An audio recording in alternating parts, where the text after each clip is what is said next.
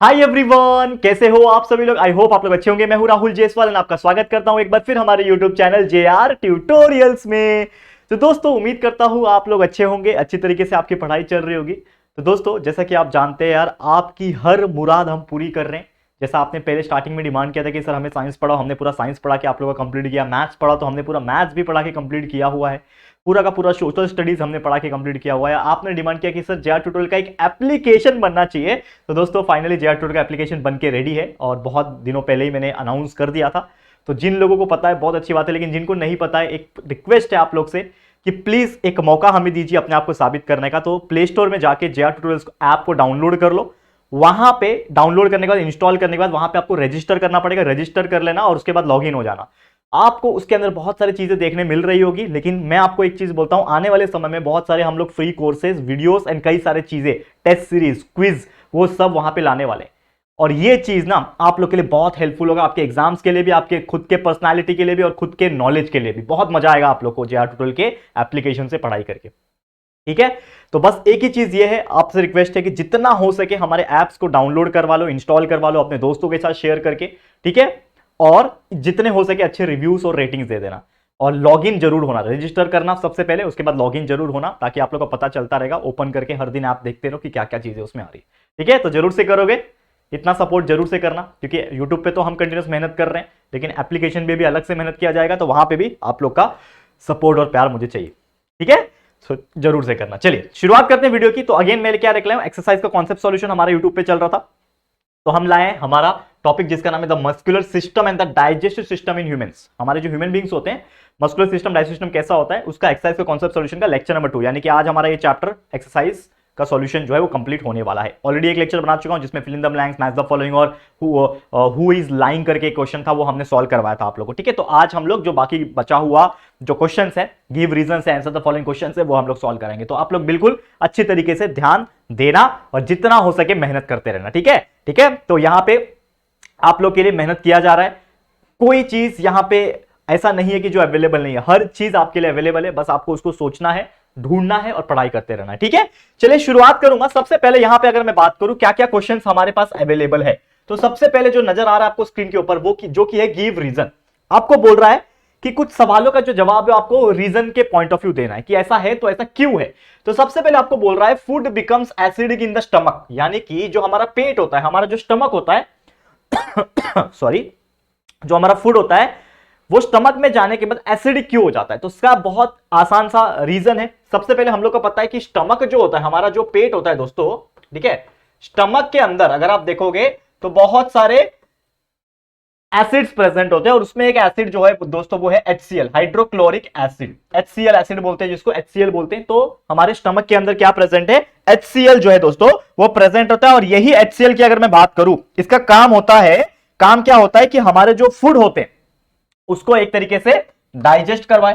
ठीक है, तो जब भी हम लोग कोई चीज खाना खाते हैं, डाइजेशन में हेल्प होता है HCl। लेकिन कोई भी चीज हम लोग खाना खाते हैं, जब फूड हम लोग कोई खा रहे हैं, देखो मैं ये चीज समझा रहा हूं, ये आपको मैं आंसर लिखाता नहीं हूं यहां पे, ये चीज मैं कॉन्सेप्ट समझाता हूं। आंसर तो आपको लर्न करना ही है, आपके जहां पे भी नोट्स आपको मिले हैं, जहां पे भी आपके स्कूल में लिखाया गया है, लेकिन मैं आपको कॉन्सेप्ट समझाता हूं कि आपको ना बिना याद किए ही समझ में आ जाए, ताकि आप खुद के ओन वर्ड में लिख पाओ। तो जैसे मैंने बोला food becomes acidic in the stomach, क्यों, क्योंकि स्टमक के अंदर ही HCl एसिड प्रेजेंट रहता है, हाइड्रोक्लोरिक एसिड प्रेजेंट रहता है। और जब भी हम लोग कोई खाना खाते हैं तो फूड क्या होता है, अगर आप देखोगे, अगर आप ध्यान से कुछ भी अच्छी तरीके से मैं बताने की कोशिश जो कर रहा हूं, यहां पे आप देख सकते हो कि अगर मैं फूड के अंदर, मतलब जैसे फूड मेरा स्टमक के अंदर जब जाएगा तो वो क्या हो जाता है, मिक्स हो जाता है। किसके साथ मिक्स हो जाएगा, एसिड के साथ। HCl जैसे एक एसिड है, उसके साथ जाके क्या हो जाएगा, मिक्स हो जाएगा। एंड जैसे मिक्स हो जाएगा, उसके अंदर के जितने कंपोनेंट्स और कंस्टिट्यूएंट्स रहेंगे वो क्या बन जाएंगे, एसिडिक बन जाएंगे। ठीक है, और साथ ही में यहां पे जो हाइड्रोक्लोरिक एसिड होता है ना, ये क्या करता है, एंजाइम्स को एक्टिवेट करता है, पेप्सिनोजन को। ये हमने पढ़ा है, पेप्सिनोजन को किस में कन्वर्ट करता है, पेप्सिन में कन्वर्ट करता है, मतलब ये उसका काम है बेसिकली। तो हम लोगों को एक पूछेगा कि स्टमक में जाने के बाद कोई चीज एसिडिक क्यों हो जाती है, क्योंकि पेट में ही हमारे एसिड प्रेजेंट है। लेकिन वो जो एसिड है वो इतना ज्यादा नुकसानदायक नहीं है हमारे लिए, उल्टा फायदेमंद है। वो एसिड नहीं होता तो हम जो भी खाना खाते हैं वो पचता नहीं। हम कुछ भी खाते हैं, हम समोसा खाते हैं, वड़ा पाव खाते हैं, हम वेज खाते हैं, सब्जी खाते हैं, हम चावल, गेहूं, रोटी सब कुछ खाते हैं, हम नॉन वेज भी खाते हैं, लेकिन सब कुछ पच जाता है। खाया और 6-7 घंटे के बाद वो चीज पच गया। क्यों पचा, क्योंकि हमारे स्टमक में एसिड है। ठीक है, समझ में आ गया। नेक्स्ट क्वेश्चन पे जाते हैं। देखो अगला क्वेश्चन क्या है, cardiac muscles are said to be involuntary muscle. Cardiac muscles यानी कि ऐसे मसल्स जो हार्ट में प्रेजेंट होते हैं। कार्डियक मसल किस में प्रेजेंट होते हैं? दिल में प्रेजेंट होते हैं, हार्ट में प्रेजेंट होते हैं। और इसको इनवॉलेंटरी मसल्स क्यों नाम दिया गया? क्योंकि ऐसे मसल्स जो हार्ट में प्रेजेंट होते हैं, इट कैन नॉट बी, ठीक है ना, can't be controlled by our will. हम लोग उसको खुद से कंट्रोल नहीं कर सकते बाय आवर विल, यानी कि मेरी इच्छा से मैं जो दिल मेरा कंटिन्यूस धड़क रहा है, जिसको हम लोग लब डब बोलते हैं, नॉर्मल बायोलॉजिकल साइंटिफिक लैंग्वेज में बोलते हैं लब डब करना। तो कंटिन्यूस जो धड़कता है, इसका मतलब हमारा जो दिल के अंदर जो मसल्स है, जिसको कार्डियक मसल्स कहते हैं हम लोग, तो कार्डियक मसल्स क्या करता है? एक बार कॉन्ट्रैक्ट होगा, रिलैक्स होगा, कॉन्ट्रैक्ट होगा, रिलैक्स होगा, लब डब करता रहता है, जिसको हम लोग धक धक धक धक बोलते हैं। एक्चुअली धक धक नहीं होता है, लब डब होता है, ये ऑलरेडी मैंने बताया कहीं, ठीक है।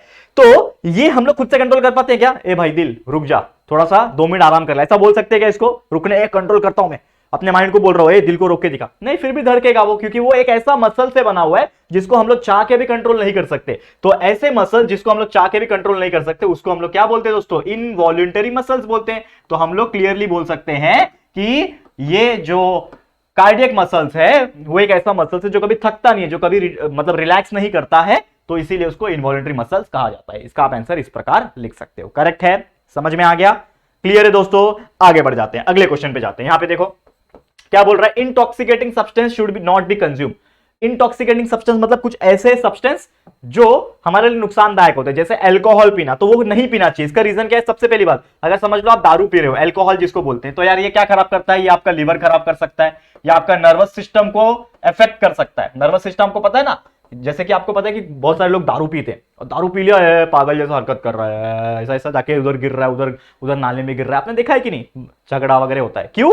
क्योंकि उसको समझ में नहीं आता, क्योंकि जो हमारा ब्रेन कंट्रोल करता है, हमारा नर्वस सिस्टम, वो सेंट्रल नर्वस सिस्टम वश में नहीं आता है, क्योंकि अल्कोहल के अंदर ऐसे कुछ केमिकल्स होते हैं जो उस नर्वस सिस्टम को फ्रीज कर देते हैं, यानी कि ठंडा कर देते हैं। तो सोचने समझने की शक्ति खत्म हो जाती है इंसान की कुछ समय तक, या फिर बहुत कम हो जाती है, ठीक है। और इसीलिए ये बहुत हमारे लिए नुकसान है, और इसीलिए हमें ऐसे इंटॉक्सिकेंट सब्सटेंस कंज्यूम नहीं करना चाहिए। इसके अलावा टोबैको होता है, तंबाकू, बहुत सारे लोग टोबैको खाते हैं, तो उससे बहुत सारी बीमारियां हो सकती है, कैंसर जैसी बीमारी हो सकती है, तो वो नहीं करना चाहिए। तो ऐसे कई सारे चीजें, कुछ लोग स्मोक करते हैं, स्मोकिंग करते हैं, तो वो भी नहीं करना चाहिए, इससे हमारा लंग्स वगैरह खराब हो सकता है, ठीक है ना, लंग्स वगैरह जो होते हैं वो खराब हो सकते हैं। तो ये सब चीज बिल्कुल नहीं कंज्यूम करना चाहिए। समझ में आ गया? तो ये इसका रीजन है।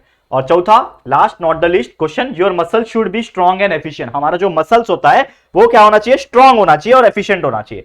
तो सबसे पहली बात, आप एक चीज जानते हो कि हमारे पूरे शरीर में अंदर से बोन है, हड्डियां है, स्केलेटन है, लेकिन ऊपर से सब मसल्स है। और हम लोग का कोई भी जो मूवमेंट होता है वो किसके वजह से होता है? मसल से होता है। यानी कि जो भी मसल्स है ये हम लोग को क्या हेल्प करते हैं? मूवमेंट करने में। कोई भी चीज मूव करनी है, जैसे मैं अभी कुछ बोल पा रहा हूं तो मेरे जबड़े ऊपर नीचे हिल रहे हैं, देखो मैं कुछ भी बोल रहा हूं या फिर चबा रहा हूं तो जबड़े ऊपर नीचे हिल रहे हैं। तो इसको हेल्प कौन कर रहा है मूव करने में? ये जो मेरे मसल्स है वो कर रहे हैं, ठीक है। हाथ से कुछ काम करना है तो ये ट्राइसेप बाइसेप्स जो मसल्स है वो कर रहे हैं। पैर में मुझे भागना है, कुछ भी बैठना है, वो पैर के जो मसल्स है वो कर रहे हैं। तो यार ये जो मसल्स होंगे ना, इसको बहुत अच्छी तरीके से फिट भी होना पड़ेगा, क्योंकि अगर ये मसल्स अच्छे नहीं होंगे एक तरीके से, तो हम लोग क्या बोल सकते हैं कि इससे हम लोग को बहुत सारे प्रॉब्लम हो सकते हैं। करेक्ट है कि नहीं? तो इसके लिए ये जो मसल्स है ना, वो हमें एकदम अच्छी तरीके से फिट रखना पड़ेगा। समझ में आ रहा है दोस्तों? क्लियर है? ध्यान से देखना ये चीज मैं क्या बताने की कोशिश कर रहा हूं कि ये जो मसल्स है उसको स्ट्रांग होना चाहिए और एफिशिएंट होना चाहिए, ठीक है ना, ताकि हम लोग कोई भी काम जो है वो अच्छे से कर सके। समझ में आया? क्लियर है? तो ये थे टोटल 4 हमारे गिव रीजंस इस चैप्टर के अंदर, जो हमने बिल्कुल बेसिक तरीके से आपको समझा दिया है, कोई टेंशन वाली बात ही नहीं है, ठीक है। समझ में आ गया? अब इसके जो भी आंसर्स होंगे उसको अच्छे तरीके से लर्न कर लेना। कॉन्सेप्ट तो समझ में आ गया आपको, तो एक्सरसाइज कॉन्सेप्ट सॉल्यूशंस हमने दे दिया। अब चलेंगे किसके ऊपर? क्वेश्चन नंबर 5, जो कि इस चैप्टर का लास्ट है। तो यहां पे क्वेश्चन समझो, क्या बोल रहा है? आंसर द फॉलोइंग, मतलब आपको आंसर करना है। बहुत सिंपल है ये। सबसे पहला क्वेश्चन पूछा है, how many types of muscles are there? कितने टाइप के मसल्स होते हैं और कौन कौन से होते हैं वो हम लोग को बताना है। तो सबसे पहले हम लोग बात करेंगे कि कौन कौन से टाइप के मसल्स हमारे पास प्रेजेंट होते हैं। तो जनरली अगर मैं बात करूं, 3 टाइप के मसल्स होते हैं, 3 टाइप ऑफ मसल्स होते हैं। और ये सब चीज हमने लेक्चर्स में पढ़ा है। तो जिन लोगों ने भी अभी तक इस चैप्टर के लेक्चर वीडियो नहीं देखे, जो हमारे जेआर ट्यूटोरियल्स पे प्रेजेंट है, आप बस सर्च कर लो कि chapter number 12 7th standard science subject JR tutorials, आपको वीडियो देखने मिल जाएगा। लेक्चर 1 2 3 करके ऐसा पढ़ाई कर लेना, ठीक है। तो तीन टाइप ऑफ मसल्स प्रेजेंट होते हैं, जैसे मैंने बोला। तो जो 3 टाइप के मसल्स है वो कौन कौन से होते हैं? स्केलेटल मसल्स होता है सबसे पहला, अगर मैं बात करूं, स्केलेटल मसल, ठीक है। दूसरा अगर मैं बात करूं वो होता है दोस्तों स्मूथ मसल, ठीक है, स्मूथ मसल, ठीक है। और एक और होता है जो कि है तीसरा, जैसे मैंने बोला कि 3 टाइप है, एक है आपका स्केलेटल मसल, दूसरा है जो आपका स्मूथ मसल है, और तीसरा जो है मसल्स वो है कार्डियक मसल, ठीक है, कार्डियक मसल्स। अब अगर आप ध्यान से देखोगे तो ये जो स्केलेटल मसल्स है ये एक ऐसे मसल्स है जहां जहां हड्डी होगी, जहां जहां बोन होगी, वहां पे ये प्रेजेंट होते हैं, अटैच होते हैं। जैसे हमारे हाथों में बोन है, हड्डी है, लेकिन इसके ऊपर भी क्या है, ये पूरा मसल्स है, यहाँ पे मसल्स है, पैरों में आप देखोगे मसल्स है। तो ये क्या है, सब मसल्स है। तो ये इसको कहेंगे हम लोग स्केलेटल मसल। दूसरा है स्मूथ मसल। स्मूथ मसल मतलब जो अंदर के ऑर्गन्स होते हैं ना, कौन कौन से, आपका स्टमक हो गया, किडनी हो गया, लीवर हो गया, ये सभी चीज, ये भी एक मसल से बने हुए, ठीक है ना। तो ये जो मसल्स होते हैं ये क्या होते हैं, स्मूथ मसल्स होते हैं। और तीसरा है कार्डियक मसल। जैसे मैंने बोला कि जो हार्ट होता है हमारा, दिल, ये कार्डियक मसल से बनता है, ठीक है ना। समझ में आ गया, क्लियर है। बीच वाला क्या था, स्मूथ मसल, ऑर्गन्स जो होते हैं वो इससे बनते हैं। तो ये हमारे टाइप्स ऑफ मसल्स है। कितने टाइप के, 3 टाइप के। कौन कौन से, स्केलेटल, स्मूथ और कार्डियक मसल। याद रहेगा, बहुत सिंपल है। अगले क्वेश्चन पे चलते हैं। क्लियर है दोस्तों, समझ में आ रहा है। अब मैं यहां पे बात करूंगा सेकंड टाइप के क्वेश्चंस की। देखो क्वेश्चन क्या बोल रहा है, what causes the problem of acidity, what is the effect of the body. मतलब हमारे शरीर में एसिडिटी हो जाता है। देखो हम लोग, मम्मी खासकर जो बड़े लोग होते हैं, एजेड लोग होते हैं ना, 40-45 प्लस वाले, अरे यार मेरे पेट में बहुत एसिडिटी हो रहा है, अरे मेरे को बहुत एसिडिटी हो रहा है। टीवी में आपने प्रचार भी देखा होगा, 6 सेकंड में एसिडिटी गायब, बहुत सारे प्रोडक्ट्स का एडवर्टाइजमेंट होता है, करेक्ट है। तो एसिडिटी क्या है एक्चुअल में, ये एसिडिटी क्या होता है। तो देखो मैं आपको बताया, जैसे कि हमारे स्टमक में क्या प्रेजेंट होता है दोस्तों, एसिड प्रेजेंट होता है। क्यों एसिड प्रेजेंट होता है, ताकि हम लोग जो भी खाना खाए वो खाना एसिड उसको क्या करे, डाइजेस्ट करने में हेल्प करे। तो समझ लो कभी कभी ऐसा होता है कि हमारे शरीर में ना, हमारे शरीर में बहुत ज्यादा क्या होने लगता है, एसिड जो है वो सिक्रीट होने लगता है, ठीक है ना। हमारे बॉडी में बहुत ज्यादा, मतलब ज्यादा को क्या मैं बोलूंगा, मोर एसिड, हमारे पेट में मोर एसिड क्या होने लगता है, सिक्रीट होता है। सिक्रीट मतलब निकलने लगता है। बहुत ज्यादा जब एसिड निकलने लगेगा, बहुत ज्यादा एसिड प्रोड्यूस होने लगेगा, तो उस हिसाब से, ठीक है ना, उस हिसाब से क्या हो जाएगा, यहां पे डाइजेशन नहीं हो रहा है। समझ लो आपके पेट में अगर खाना नहीं है, देयर इज नो फूड, आपके शरीर में कोई फूड नहीं है, और आपके शरीर में बहुत सारा एसिड बन चुका है, तो यार वो एसिड करेगा क्या, तो आपको वो क्या करेगा, परेशान करेगा। क्योंकि आपके शरीर में अब एसिड ज्यादा है, शरीर मतलब पेट में, आपके पेट में अब एसिड ज्यादा है और खाना कम है, तो वो किसको डाइजेस्ट करेगा, तो ऐसे ही पड़ा रहेगा, जिसके वजह से आप लोग को बहुत गंदे गंदे ढकार भी आते हैं ना, ढकार एसिड वाले, और आपको सीने में थोड़ा जलन जैसा महसूस होगा, यानी कि एसिडिटी जो है वो यहां पे प्रेजेंट होगा, ठीक है। तो क्या होने लगता है, बहुत सारे प्रॉब्लम आ जाते हैं, आपको जलन होगा, बर्निंग सेंसेशन आ जाता है स्टमक के अंदर, ऐसा लगेगा आपको कि पेट मेरा जल रहा है। आपका जो ये जो गला है, ये पूरा इसोफेगस जो है वो आपको जलने जैसा लगेगा। तो ऐसे कई सारे प्रॉब्लम आपने देखा होगा, अपने मम्मी पापा को पूछ सकते हो, ऐसे प्रॉब्लम्स उनको होते हैं, मेरे मम्मी पापा को भी है एसिडिटी का प्रॉब्लम, ऐसे प्रॉब्लम्स देखने मिल जाते हैं। तो ये इसका इफेक्ट होता है, बहुत सारे प्रॉब्लम्स आ जाते हैं, बर्निंग ऑफ इसोफेगस हो गया, ये सब हो गया। तो ऐसे कई सारे प्रॉब्लम जो है वो देखने मिल जाएंगे, करेक्ट है। तो इसका आंसर आप खुद से बना के लिख सकते हो, आपको समझ में आ गया होगा कि क्या होता है एसिडिटी। क्लियर है। अब बात करूंगा तीसरा टाइप का, जो कि name the different types of teeth. कौन कौन से टाइप के टीथ होते हैं ये आपको याद रखना है, what is the function of each teeth. जैसे कि मैंने आपको बताया था कि हमारे 4 टाइप के मेन टीथ होते हैं। जो मेन टीथ होते हैं वो कितने प्रकार के होते हैं, 4 टाइप के होते हैं। तो सबसे पहले अगर मैं बात करूं यहां पे, जो कि दोस्तों इन सीजर, ठीक है, पहला जो टाइप है वो है इन सीजर। दूसरा होता है कैनाइंस, ठीक है, मैं आपको बताता हूं। तीसरा होता है, क्या होता है तीसरा, मोलार होता है, ठीक है, और चौथा होता है प्रीमोलार, ठीक है। तो यहां पे अगर मैं बात करूं यहां पे कि देखो ये इंसीजर क्या होता है, ये जो सामने के दांत आपको दिख रहे हैं, मेरे दांत दिख रहे हैं, थोड़े टेढ़े मेढ़े दांत है, बचपन से टेढ़े मेढ़े मेरे, ये जो सामने के जो दांत दिख रहे हैं आपको, ये जो सामने वाले दांत होते हैं वो होता है आपका इंसीजर, याद रखना, ठीक है। कितने दांत होते हैं ऐसे, ऐसे कितने दांत होंगे, 4 दांत समझ लो, ठीक है, ये आपके इंसीजर हो गए, ठीक है। अब उसके बाद आप देखोगे कैनाइंस, ये जो होते हैं कैनाइंस, कैनाइंस मतलब जो धारदार होते हैं ना, एकदम देखो ये वाले एकदम धारदार, पॉइंटेड पॉइंटेड, एक ही दांत रहता है इस साइड, एक साइड इस साइड दांत रहता है, मतलब टोटल 2 दांत रहते हैं कैनाइंस के। मैं ऊपर की बात कर रहा हूं फिलहाल में, यहां पे एक दांत, यहां पे दो धारदार एकदम ड्रैकुला वाले होते हैं ना, वो कैनाइंस होता है। उसके बाद आता है प्रीमोलार। प्रीमोलार यानी कि जैसे वो कैनाइन खत्म हुआ उसके बाद जो आपके 2 दांत आएंगे वो क्या होता है आपका, सॉरी प्रीमोलार होता है। और उसके बाद के जो 3 दांत आएंगे वो आपका होता है लास्ट वाले जो 3 दांत होते हैं वो मोलार होते हैं। कितने हो गए, 4, 5, 6, 7, 8, 9, 10, 11, ठीक है, बराबर है क्या,